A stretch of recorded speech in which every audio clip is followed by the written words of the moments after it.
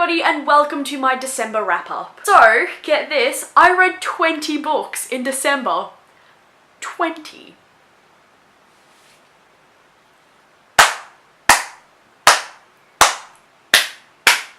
Quickly before I start anything, I just want to give a shout out to Yuri on Ice, the anime that literally tore my life apart all through December. I didn't read as much as I had hoped I would read because I started watching a fantastic ice skating anime called Yuri on Ice. It is absolutely amazing. I love it so much. I finished the first 9 episodes when 9 episodes were out and I rewatched them, the whole thing, about twice. I showed it to more friends, rewatched it again. Episode 10 came out, I rewatched everything. Episode 11 came out, then episode 12 came out.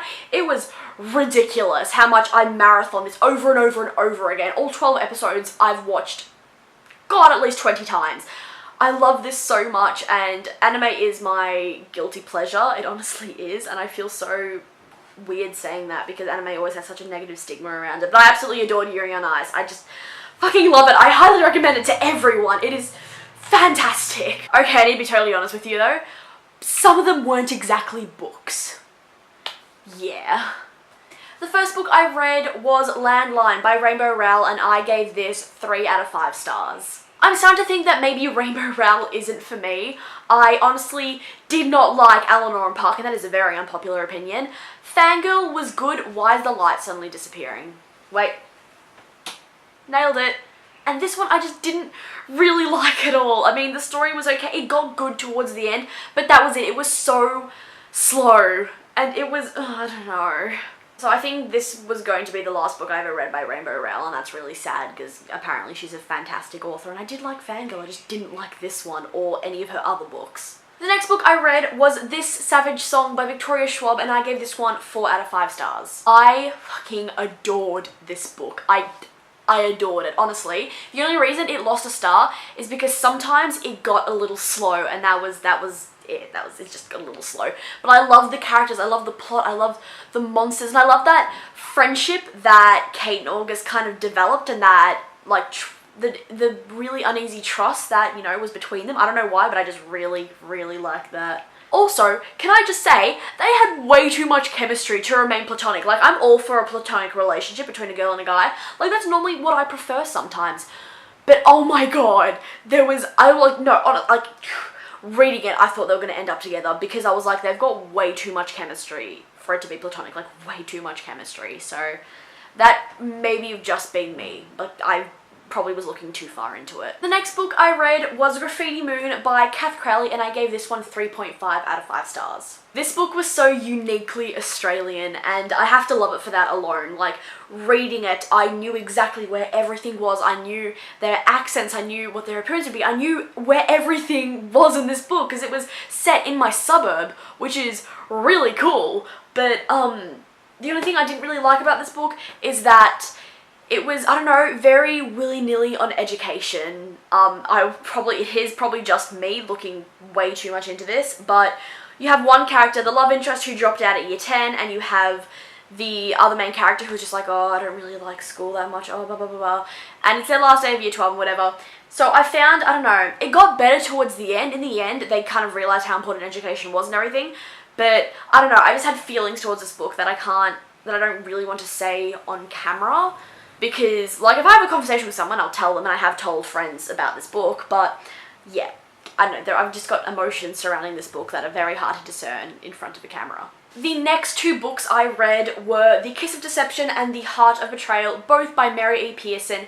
These are the first 2 books in the Remnant Chronicles, and I gave both of these 4 out of 5 stars. I really, really enjoyed these books. They are absolutely fantastic. They're very nice, easygoing fantasy. They're not really, really heavy like Throne of Glass is in the first book. They're actually quite, you know, nice and easy to get into. I will say though that I was actually spoiled to the 2 guys' names, like the assassin and the prince.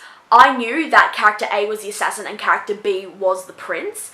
And I thought they were going to put the chapters in like the assassin, the prince, and not mention the names, but they actually put the names in the chapters, so I knew which one was which, and in the end, I could call which one was the assassin, which one was the prince. It was quite easy to discern with like the characters and stuff and their personalities, so yeah. The next not quite books I read were Lumberjanes volumes 1 and 2 by a lot of authors. I really enjoyed these, but I got slightly confused on occasion over what was happening. They'd go from like 0 to 100 real quick, and it kind of took me a minute to be like, whoa, okay, let's just, whew. But I will say, even though I did adore these, I'll only keep on reading them if my mate actually gives them to me to read. Like if she buys the next issue and just passes it to me and I'll read it, that's okay, but I don't think I'll actually buy these myself, if that makes sense. Like I don't feel like I want to commit quite yet. And next, okay, this is where the bulk of my reading got done. I'm not going to hold them all up because there are quite a few of them, but I read all 12 volumes, the whole thing, of Shugo-chara by Peach Pit. This is an instant 5 out of 5 stars for me. No one even has to question that. This is infinity stars. Infinity stars. So many stars. Basically, I felt like reading some manga. Don't know why, but I did. So I started rereading Shugo-chara, and I'm actually watching a couple of the episodes right now because I was really into it in 2009. Like, this was my shit in 2009. And I read all 12 volumes. I love them so much. Shugo-chara is fantastic. There's so much nostalgia here, and it's just, oh, I love it so much. I almost forgot how much I missed this series until I was reading it, and holy shit, it was amazing. Yes, it is manga, so it doesn't count as a book, but I still read 12 volumes of it. It still took me a couple days. I still really fucking adore it, and I did read it with my eyes, so it is technically a book. And finally, the last book thing I read in 2016 was Nimona by Noelle Stevenson. And this was a definite 4 out of 5 stars for me. I really love the premise of this graphic novel. It was beautiful and fantastic and so amazing. I love seeing villain origin stories. Sometimes they make me a bit weary, but I do absolutely adore this type of story where you see the villain in like a normal average environment. Like, they're not a dickhead by any stretch of the word. They're actually normal people, and I loved Nimona. It was fantastic, but the ending made me so like, what? So I hope you enjoy that. I hope you have a fantastic new year and an amazing start to 2017, and I will see you guys soon with another video.